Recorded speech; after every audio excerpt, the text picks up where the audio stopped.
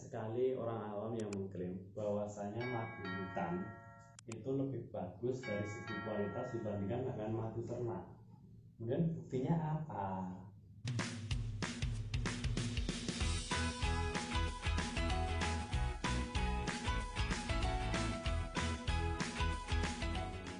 Assalamualaikum warahmatullahi wabarakatuh. Teman-teman, hari ini kita akan membahas madu hutan versus madu ternak yang dihasilkan oleh lebah Apis dorsata versus lebah Apis mellifera dan juga cerana.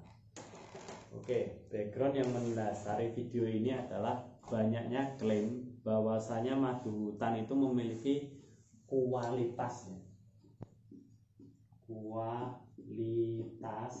yang lebih bagus dibandingkan dengan lebah ternak yang dihasilkan oleh Apis mellifera maupun cerana. Baik, sebenarnya apakah ada buktinya yang membuktikan bahwa bahwa madu dari lebah hutan yang dihasilkan oleh lebah hutan dorsata itu lebih bagus dibandingkan dengan madu ternak? Sampai saat ini saya tidak menemukan satupun bukti yang membuktikan bahwasanya madu yang dihasilkan oleh lebah hutan itu lebih bagus dibandingkan dari lebah ternak dari sisi kualitas. Kita hanya membicarakan tentang sisi kualitas saja, bukan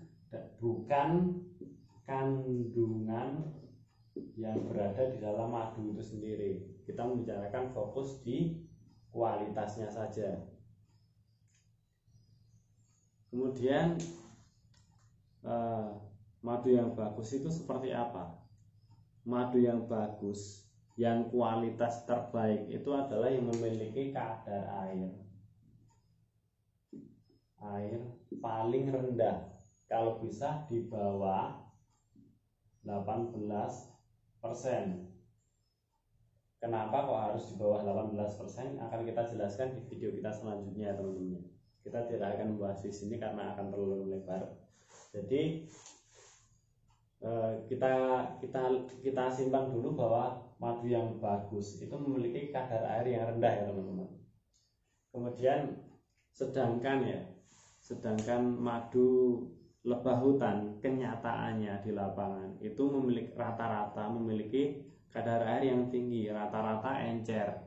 Kenapa kok demikian? Ya, ada banyak sekali faktor yang mempengaruhinya. Yang pertama, madu belum matang tapi dipanen.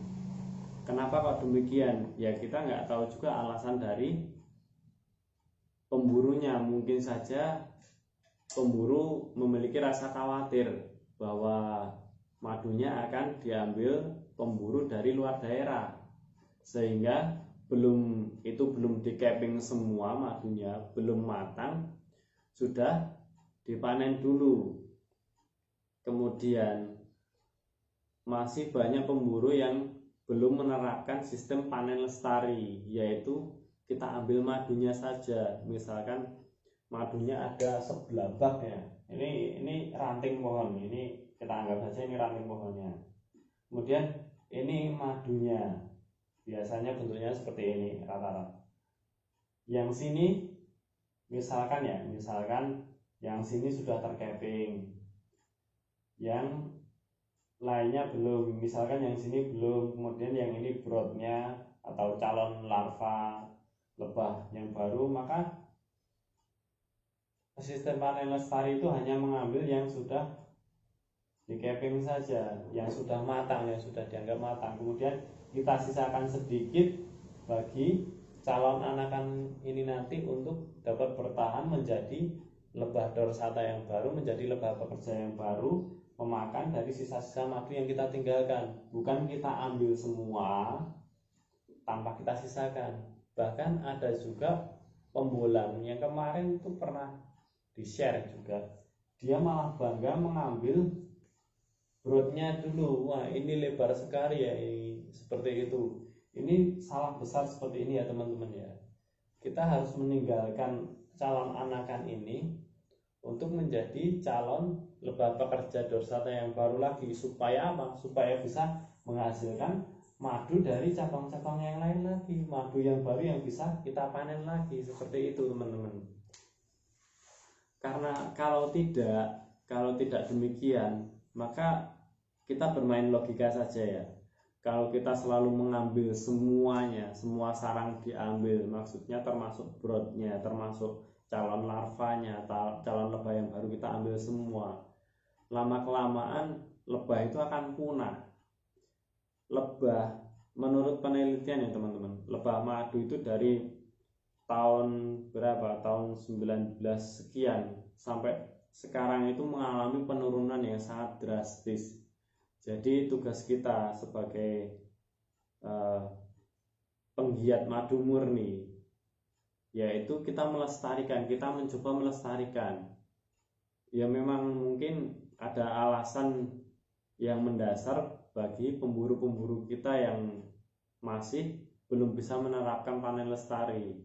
Akan tetapi kita sangat berharap supaya pemburu-pemburu di Indonesia pada umumnya itu dapat menerapkan panen lestari, supaya kita tetap menjaga kelestarian dari madu lebah Apis dorsata di Indonesia pada khususnya. Ya, ini tadi yang menyebabkan kita flashback lagi ya. Ini tadi yang menyebabkan bahwa madu itu rata-rata encer, dari lebah hutan itu rata-rata encer ya teman-teman ya. Sedangkan lebah Apis mellifera maupun cerana, peternak-peternak itu mungkin memiliki SOP tersendiri, kapan harus panen, kapan waktunya yang tepat, apakah sudah tercapping atau belum, apakah sudah matang atau belum. Jadi peternak itu memiliki pilihan teman-teman. Beda dengan pemburu.